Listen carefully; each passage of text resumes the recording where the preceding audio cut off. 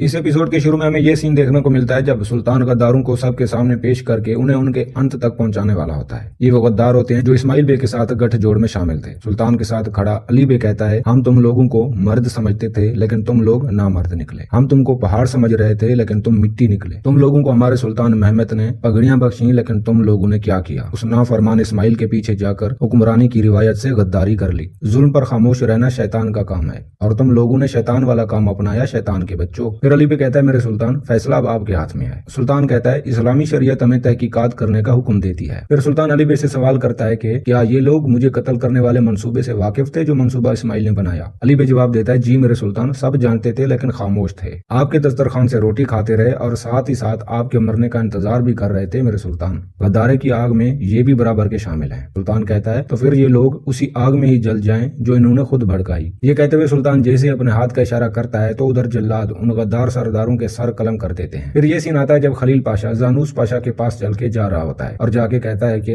कहा जाता है कि लौह महफूज में सिर्फ जानदारियों की सियासत के बारे में लिखा गया है। जानूस पाशा कहता है, आप फिर से क्या कहने की कोशिश कर रहे हैं खलील पाशा? खलील पाशा जवाब देता है, मैं अभी अभी मुहाफिजों के पास से होके आ रहा हूँ। मैंने कफ्तान वाले वाक़े के बारे में पूछा तो उन्होंने कहा कि जानूस पाशा ने ही हमें हुक्म दिया था कि बगैर किसी चेकिंग के कफ्तान वाला संदूक सुल्तान के तोपों वाले खेमे में रखवा दिया जाए। जानूस पाशा कहता है, हाँ मैंने कहा था, क्यों, क्या तुमको कुछ गड़बड़ लग रही है? खलील पाशा जवाब देता है, मैं क्या कहूँ, तुमने कफ्तान देखने बालने के बाद भी उसको खेमे में रखवा दिया और तुमने इस सब के बारे सुल्तान को आगाह भी नहीं किया और नाजुक सूरत हाल का इंतजार करते रहे। जाहिर है कि मौके से पहले कुछ बोलते तो तुम्हारी शायद अहमियत भी ज्यादा ना बढ़ती। तुम बहुत खतरनाक खेलों के पीछे हो जानूस। ये भूलना मत कि जिस सर को कटना होता है वो कभी भी अपनी जगह टिक नहीं पाता। याद रखना, हर बारी खुशकिस्मती तुम्हारा साथ नहीं देगी। ये सुनते ही जानूस पाशा कहता है, आप सोचते हैं कि हर कोई आपके जैसा है और आपके जैसी गंदी चालों में लगा हुआ है। इतने में उनके पास से सुल्तान गुजरने लगता है और रुक के उनकी तरफ देखने लगता है। रुकने के बाद सुल्तान जानूस और खलील पाशा की तरफ बढ़ने लगता है। तो इतने में जानूस पाशा को खलील पाशा कहता है, वाजे तो नहीं है कि साफ है या गंदा, लेकिन तुम पर भी दाग तो लग चुका है। सुल्तान आके खलील पाशा से पूछता है, क्या आपने इस्माइल का सर उरान को भेज दिया? खलील पाशा जवाब देता है, जी मेरे सुल्तान। फिर सुल्तान जानूस पाशा को कहता है कि जीते रहो जानूस, तुमने मेरी पीठ की हिफाजत की। जिस वक्त हर किसी की आंखें बंद थी